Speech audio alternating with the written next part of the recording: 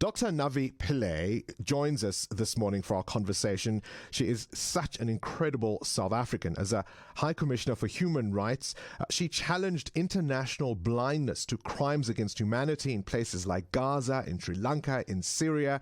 She took up causes which the UN had not thought about in terms of human rights and that agenda. She was elected in 1996 to serve at the International Criminal Tribunal for Rwanda, where she was the only female judge.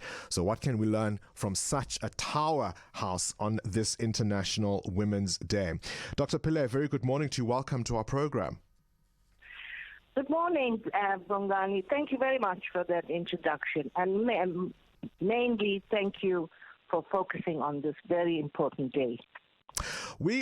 I mean, it's difficult to speak to someone like you because there's so much to talk about in terms of what you have stood for social justice in this country and around the world. But perhaps let's start with what this day is about.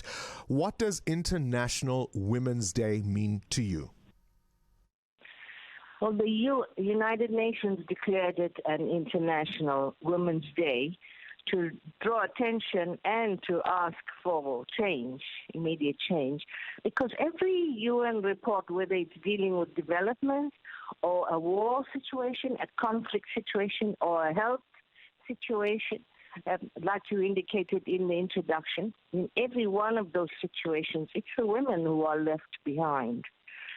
I found that there was not a single country that had managed to address domestic violence, and yet it was never addressed as a world problem.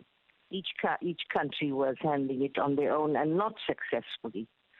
And that's why there's a need for a day when everyone should focus on this as a global challenge. If we all act together, we can advance women, because when you address the suppression of women, the discrimination of women, mainly economically, if you address that, the whole society benefits. Yeah.